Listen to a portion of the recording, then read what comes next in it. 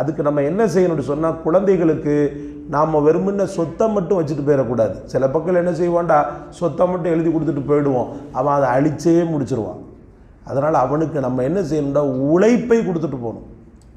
அவனுக்கு என்ன செய்யணும், சொத்தை கொடுக்கலாம், அதோடு கூடி உழைப்பையும் நீ முயற்சி பண்ணி வாங்கு.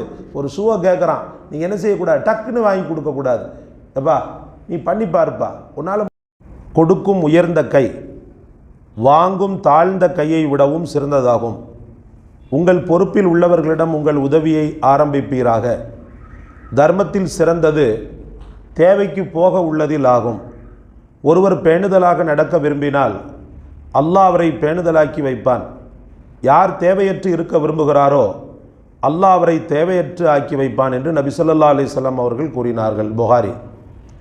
அபு சுஃபியான் ஸஹ்ர் ஹர்ப் ரலியல்லாஹு அவர்கள் அறிவிக்கிறார்கள், ஏதேனும் ஒரு பொருளை என்னிடம் வற்புறுத்தி கேட்காதீர்கள். அல்லாஹ்வின் மீது சத்தியமாக உங்களில் ஒருவர் எதையேனும் என்னிடத்தில் கேட்டு நான் வெறுத்த நிலையில் என்னிடமிருந்து எதையேனும் அவருக்கு அவர் கேட்டது கொடுக்கப்படுமேயானால் அவருக்கு நான் கொடுத்ததில் பரக்கத் அபிவிருத்தி செய்யப்பட மாட்டாது என்று நபி ஸல்லல்லாஹு அலைஹி வஸல்லம் அவர்கள் கூறினார்கள். முஸ்லிம்.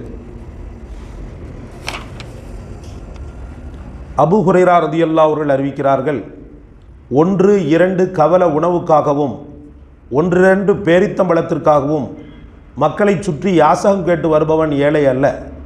என்றாலும் ஏழை என்பவர் அவரின் தேவையை பெற்றுக்கொள்ளாதவராக இருப்பார். அவருக்கு தர்மம் செய்யப்பட தேவையில்லை எனும் அளவுக்கு அவர் ஏழ்மை அறியப்படாதவராக இருப்பார். மேலும் அவர் மக்களிடம் யாசகம் கேட்டும் நிற்க மாட்டார். இவரே ஏழையாகும் என்று நபி ஸல்லல்லாஹு அலைஹி வஸல்லம் அவர்கள் கூறினார்கள். புகாரி, முஸ்லிம். அற்புதமான வாசகம் இது.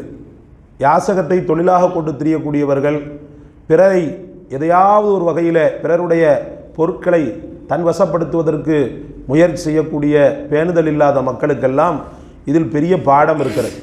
ரசூல் ஸல்லல்லாஹு அலைஹி வஸல்லம் அவர்கள் அல்லாஹ்வுடைய கிருபையினால் எல்லாத்துக்கும் ரஹமத்தாக தான் இந்த உலகத்தில் வந்திருக்கிறாங்க.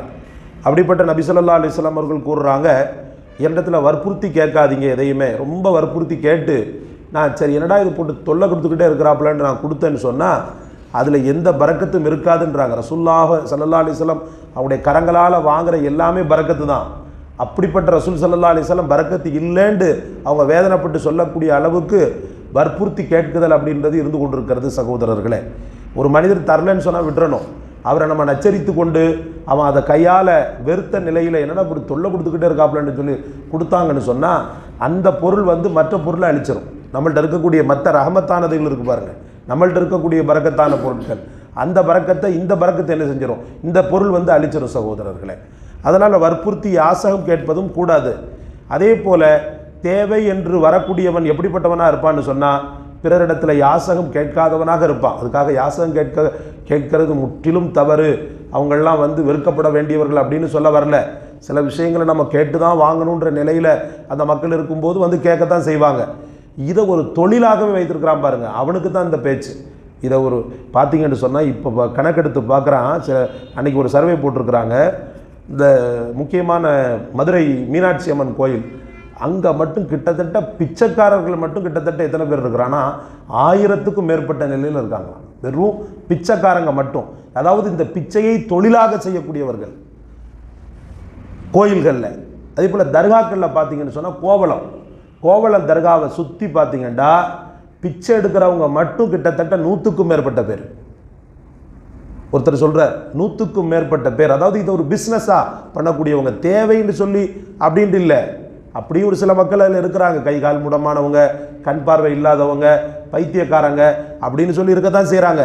வெறும் இதை ஒரு பிஸ்னஸாக, இதுதான் வேலை, உடம்பு நல்லா இருக்கும் எனக்கு, நான் உழைக்கலாம் மாட்டேன், இப்படி கிடைக்கிறத சாப்பிட்டுக்கிட்டு சேவகம் பண்ணிக்கிட்டு சேகரம் பண்ணிக்கிட்டு இருப்பேன்ட்டு இப்படி இதை ஒரு தொழிலாக செய்யக்கூடியவர்கள் மட்டும் கோவளம் தர்கால 100க்கும் மேற்பட்ட பேர்.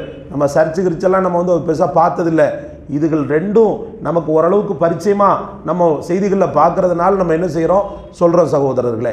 இப்படி கோவில்கள் மசூதிகளில் தங்களுடைய வாழ்க்கையை பிச்சையை வைத்தே கழிக்கக்கூடிய நல்ல உழைச்சான்னு சொன்னால் அவன் எங்கேயோ போயிடுவான் அவன்கிட்ட இருக்கிற டேலண்ட்டுக்கு. ஆனாலும் சகோதரர்களே, இந்த மக்கள் இப்படி நின்று கொண்டு என்ன செய்கிறாங்க, சில மக்கள் யாசகம் கேட்கிறத நம்ம பார்க்குறோம். அல்லாஹ் ரப்புல் ஆலமீன் உலகத்தின் வாழ்க்கையில் நமக்கும் சரி நம்முடைய பரம்பரைக்கும் சரி பிறர்கிட்ட கையேந்தக்கூடிய நிலையிலிருந்து அல்லாஹ் பாதுகாக்கணும் ரப்புல் ஆலமீன். அதுக்கு நம்ம என்ன செய்யணும்னு சொன்னால், குழந்தைகளுக்கு நாம் வெறுமனே சொத்தை மட்டும் வச்சுட்டு போயிடக்கூடாது. சில பக்கம் என்ன செய்வோண்டா, சொத்தை மட்டும் எழுதி கொடுத்துட்டு போயிடுவோம், அவன் அதை அழிச்சே முடிச்சிருவான். அதனால் அவனுக்கு நம்ம என்ன செய்யணும்னா உழைப்பை கொடுத்துட்டு போகணும். அவனுக்கு என்ன செய்யணும், சொத்தை கொடுக்கலாம், அதோடு கூடி உழைப்பையும் நீ முயற்சி பண்ணி வாங்கு. ஒரு ஷூவை கேட்குறான், நீங்கள் என்ன செய்யக்கூடாது, டக்குன்னு வாங்கி கொடுக்கக்கூடாது. எப்பா நீ பண்ணி பாருப்பா, உன்னால் முடியும்பா, படிக்கிற விஷயமா இருந்துச்சுன்னு சொன்னால் படித்து முடி, நான் உனக்கு வாங்கி தரேன். உழைப்பை கொடுத்துக்கிட்டே இருக்கணும். அந்த உழைப்பை கொடுக்கும்போது அந்த பிள்ளைகள்கிட்ட பிறரிடத்தில் போய் கேட்கணுன்ற எண்ணங்கள் வரவே வராது. அல்லாஹ் ரப்புல் ஆலமீன் உங்களுக்கும் நமக்கும் தௌஃபீக் செய்வானாக.